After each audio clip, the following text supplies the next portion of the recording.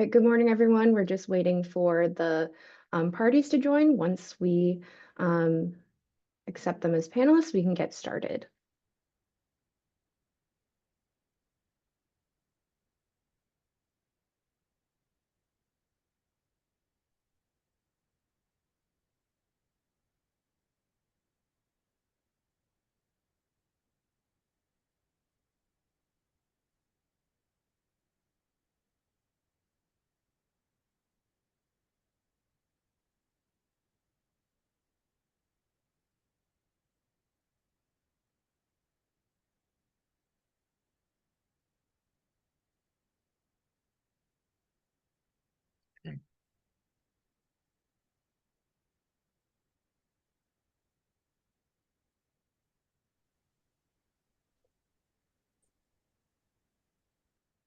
Good morning. Morning. And yep, we have Mr. Devine here, so I think we're good to get started. Good morning, everyone. Today is Thursday, November 14th. The time is 9:32 a.m. And this is a status conference in the matter of Robert Devine for the Massachusetts Peace Officer Standards and Training Commission. We are convening remotely via Zoom, and this status conference is open to the public and is being recorded. The Honorable Kenneth J. Fishman will be the presiding officer over today's status conference. My name is Lizzie Smith, and I'm the hearings administrator for the Post Commission, and this matter is now before Judge Fishman. All right, thank you, Lizzie. Good morning, everybody. Good morning. So I guess, Mr. Martinez, since we last heard from you about, and that's why we changed the order a little bit, have you had any progress with regard to the U.S. Attorney's Office? No, Your Honor, no luck with any response. I believe that we reached out 3 times and received no response, or sort of as expected, but no confirmation one way or the other as to the materials that constitute their investigative materials.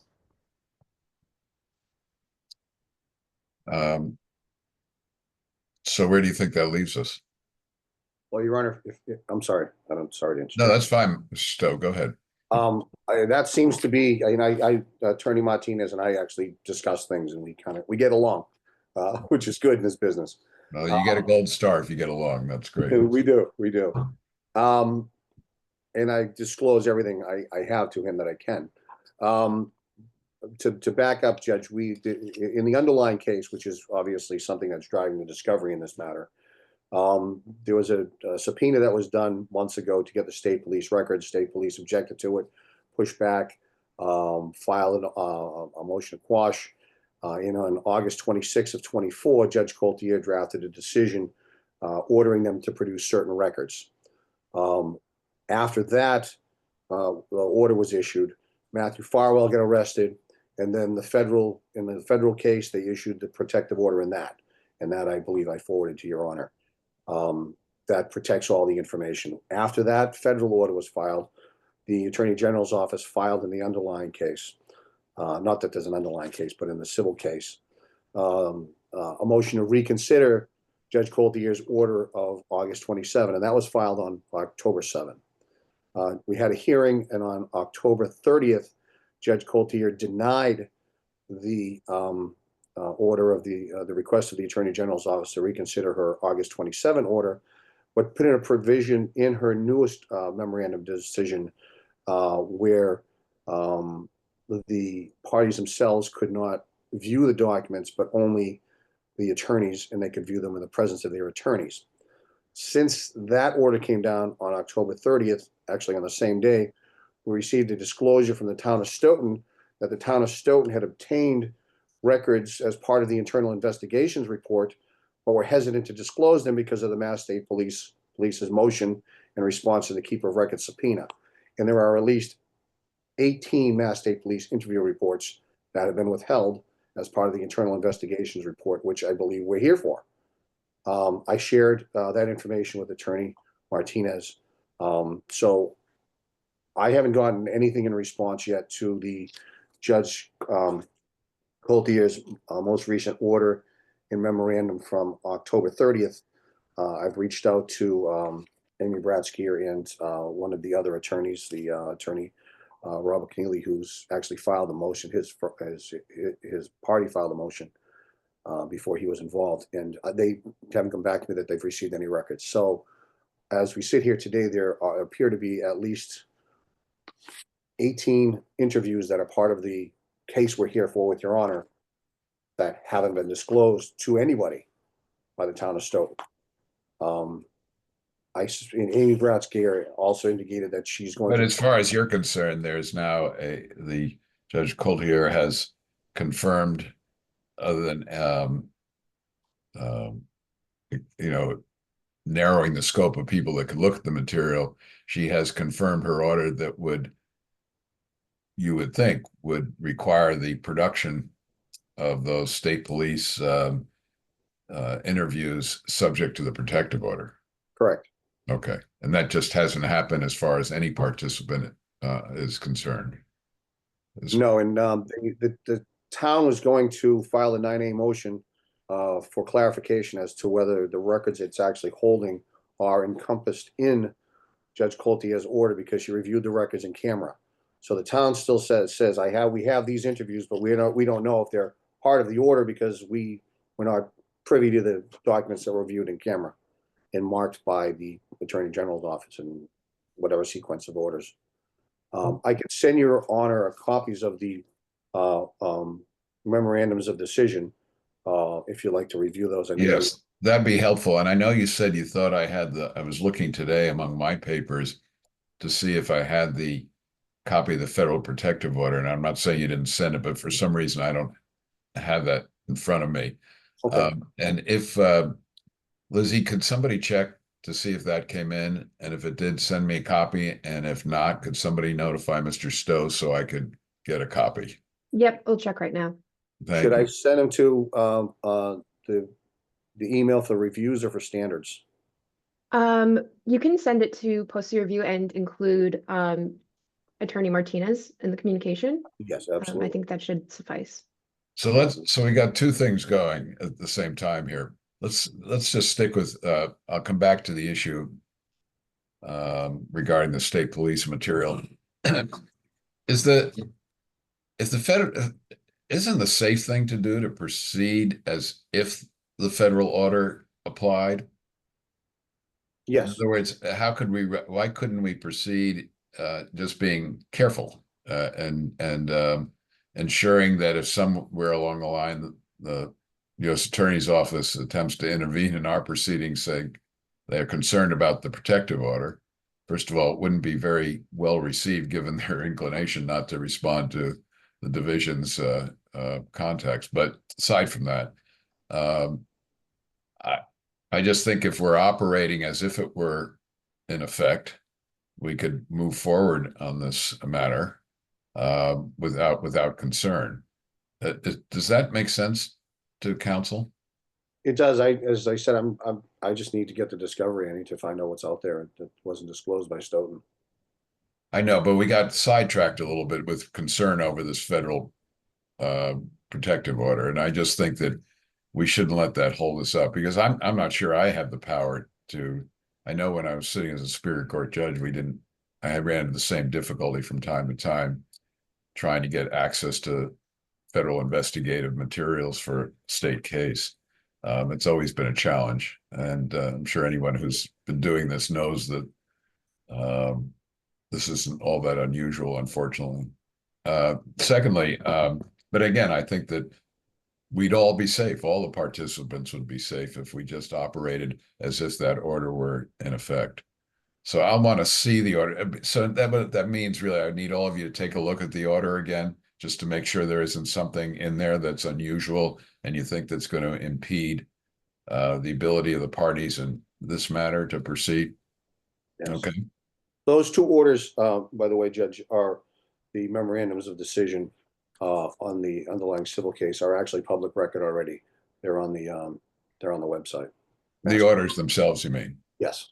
Okay. One is dated. One is filed August 27. The other one is October 30th. Okay. Well, but so I'm being lazy. If you can send them to me. Oh, absolutely. Yes, absolutely. Absolutely. Otherwise I'd have to figure out how to do a grown-up thing, like find them on the public access. So if you can do that and make sure that, and Lizzie will let you know if we need another copy of the federal order, just so I can be looking at it at the same time. At least we can put that issue aside and concentrate on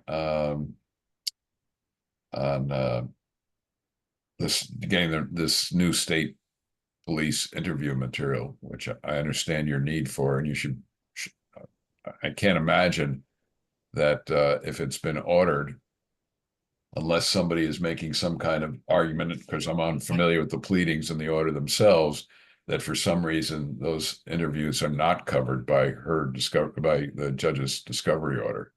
And you and you said the town of Stoughton is looking for clarification.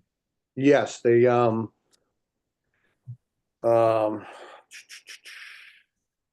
we plan to seek an in-camera review of the above listed records so the court can advise us as to what we can disclose. Stoughton obtained the above records as part of its AI investigation, but was hesitant to disclose them given the Mass State Police practice in response to keeper of record subpoenas. I will, of course, include all counsel on the motion for in-camera review via 9A, which I haven't received yet. That was from October 30 from the attorney for the town of Stoughton. So this civil case has been grinding along very slowly. I think what has happened is it has, because of the production in the terabyte of information, that the terabyte of information was put on the disk, but nobody could open it, and it had to be redone. Right. So a lot of lag in that. And then, of course, the federal case came up, and that's put a different bite. And I think Your Honor was correct in stating, I believe, was that the discovery in the federal case will give traction probably to the civil case, so we can get discovery better and quicker in the civil case, because of course criminal case will take precedent over that. So right, I think that's what's happening. So it'll go. I suspect it will go faster now, unless the Attorney General's office now appeals the judge's decision of October 30th. All right. Well, that I guess remains to be seen. So we need to see what happens with regard to that discovery. Let's assume that it's just parties acting slowly. I don't want to be critical about it, but whatever the circumstances are. Let's assume for the moment, for our purposes, that it's confirmed that these documents that you're now seeking are indeed covered by the discovery order in the civil case, and that they get produced, and that you get them, and that you have, and we've made a decision about how we'll operate for now, as if the federal protective order is in effect, as it relates to us. Is there any other impediment to moving forward in this proceeding? No, I just see it as discovery. Being able to get this information, I owe it to my client to find out that the information, now we know it's there. We now know both sides of us. We now know that town of Stoughton hasn't been forthcoming with all the documents as part of their investigation. Yeah, it's something Post should be concerned about too. That my client gets a fair hearing and is entitled to get all the documents that are available from the town. no, well, of course, and that's why we've been proceeding very carefully, Yes, and appreciate that how attentive you've been in your efforts. So, but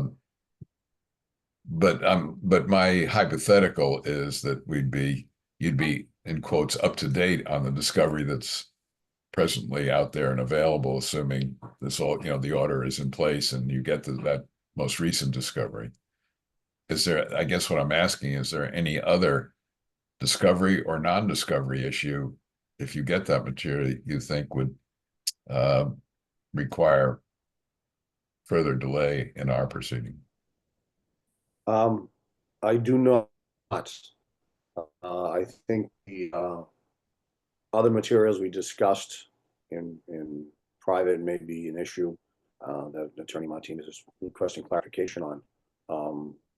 But that's it. Okay. All right. So what I'd like to do is, we don't need to have No, I guess we better do it by hearing. I was gonna say, if you could just simply give us notification by a certain date of what's transpired on the civil case discovery issue, that would be I could do fine. that. But I think we really need not only to get an update, but to meet so we can schedule further proceedings. Um, in the normal course of these matters. So,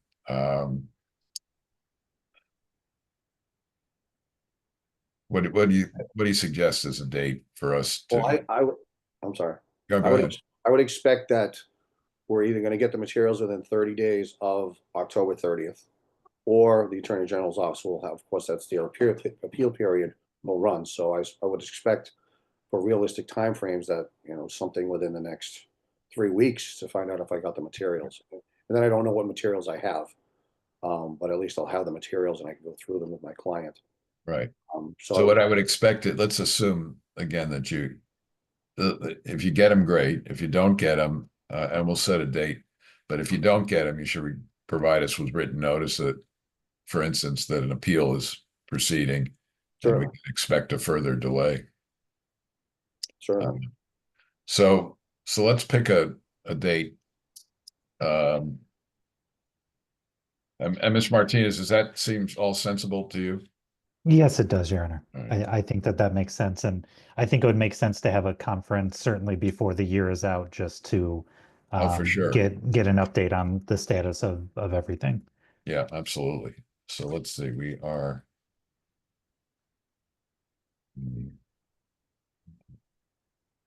The week of December 16th, perhaps? Just looking.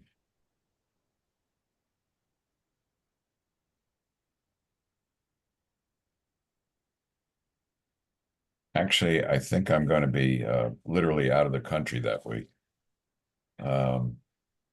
So either the week before, or maybe how about Christmas Day? Does that work for everybody? My wife objects. Yeah, I get it. I'd be in trouble myself. So,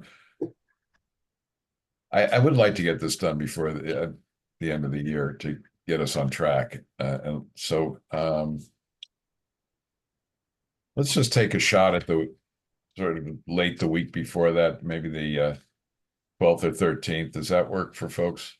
Judge Fishman, we do have a hearing in another case on December 11th. So earlier in the week might work better, perhaps the 9th or 10th. That's fine with me if it works for counsel. It does. The 9th works for me. The 10th, I have two things scheduled. The 11th, I'm out of state. 12th, I'm out of state. Okay. I'm free So the month, 9th? the other Friday. All right. Let's schedule it for the 9th. We'll do it at the same time. Mr. Stowe, if you learn that there's something's happened that is sort of interfering with our plan here, you'll let us know, and both whether there's been any change in the discovery order, whether discovery has actually occurred, or whether an appeal has been taken. I will do that. Okay. And I'm going to assume if I don't hear you about the federal protective order after you've taken another look at it, that you're all game for proceeding as if we're operating under that order as well. Okay. Yes, and I think it would make sense to get the final discovery that we had discussed at the last conference out, that we can do a like a supplement to the already existing protective order to incorporate the federal order. And I think realistically we should be able to do that by the end of next week. Oh, okay. Why don't you do that? That's a good idea. That makes sense. I'll look forward to seeing that as well. All right. Is there anything else we can accomplish today? I don't believe so, Judge. Okay.